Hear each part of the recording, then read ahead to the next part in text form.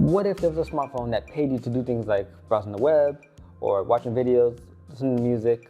So that is what ZmBIZI is. They are a smartphone maker, and it comes preloaded with apps that are supposed to pay you when you use them. And it's a little bit complicated, but we're gonna get into all of that in this video. So disclaimer, this phone right here was given to me for free to do a honest review on everything about this phone. And this video is not sponsored. Second disclaimer, I had this phone for a couple of months now. I honestly forgot when I got this phone, but I've been putting off doing this review because I figured it was gonna be a big review and a lot to talk about, so I kept putting it off, but now I'm getting to it. And my final disclaimer is that ZmBIZI actually has a new phone called the Z2. That phone has a higher price tag, but also it looks like it has a lot of improvements that this phone is lacking. So keep in mind that I don't have the Z2, this is the Z1 phone, and the Z2 is noticeably better. So as I mentioned before, ZmBIZI, they make Android phones that come preloaded with these pretty weird apps that you never heard of, but these apps that's supposed to pay you when you use them. They're like shopping apps or like video apps. And I gotta give you guys another disclaimer, I did not use any of these apps because I care about my privacy just a little bit. So as a viewer, I do gotta be cautious when I get a new device to review because I don't wanna just sign in and I don't know where that data is going. You have to be mindful of that. So I don't know how much money you actually get paid for using these apps. I don't know if they actually work, but I do want to say it is a little bit sketchy. It sounds like a great idea on paper, especially if you're a teenager with no job. You're like, oh yeah, I want that phone. This phone right here is gonna pay me to use it, and I can use that money to, I don't know, go do whatever.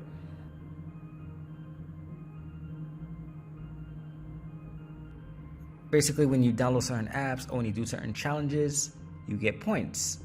As you can see right here, I have 100 points. When you download certain apps from their app store or when you do certain challenges, you get more points and then you can redeem those points. But I would take Microsoft Bing over this anytime. Another thing that is concerning about this phone is that it is stuck on Android version 9 and there are no security updates available. I always tell people when you get a phone, you want to make sure that it's going to get the latest updates, and this one doesn't have it. There's also some Bitcoin apps, which again, I do not mess with that. I don't know anything about that. That's not my field of interest at all. The preloaded apps are not that bad because you can just uninstall them and just move on, but that's kind of the main point of this phone. There is another cool feature that ZmBIZI is trying to do with their phones. This phone has it and their new phone has it, and the funny thing is it's a feature that I would like to use, but I can't use it. This phone and the new phone has the ability to take card payments, but you have to sign up for it and you have to get approved. I signed up for it a few months ago.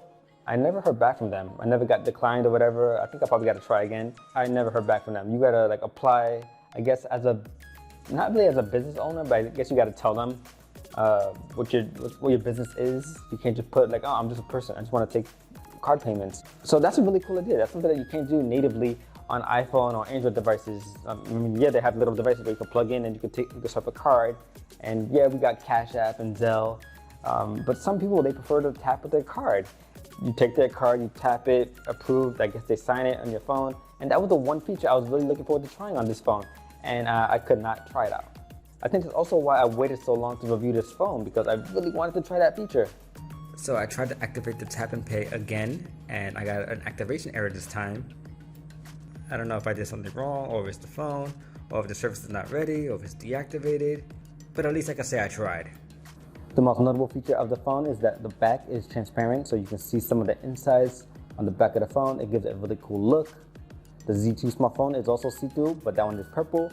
That one looks a little bit better, but this one looks cool too. On the bottom, you can see the USB-C port and the dual speakers, which actually is pretty impressive.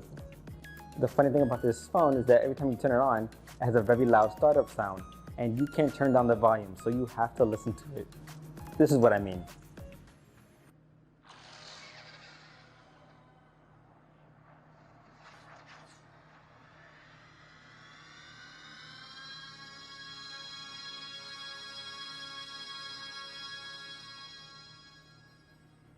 So yeah, that startup sound is really annoying, and I wish I could change that, but you can't.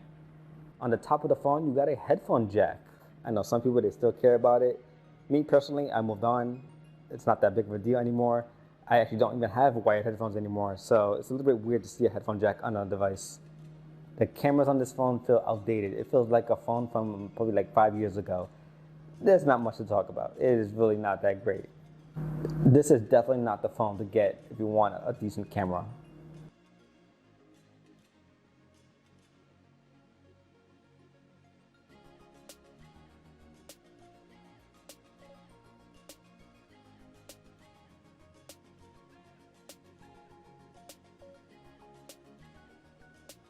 Ever since I started using this phone a few months ago, I had mixed feelings about it and what I was going to say in my review, because it cost $300 and that's a great price. There are plenty of other great phones out there for around $300, $400, like the Google Pixel 4a or the OnePlus Nord. Just because this phone is affordable at $300, that doesn't mean that they should cut back on important features like important security updates. I like some of the ideas they have, especially the ability to use card payments on your phone.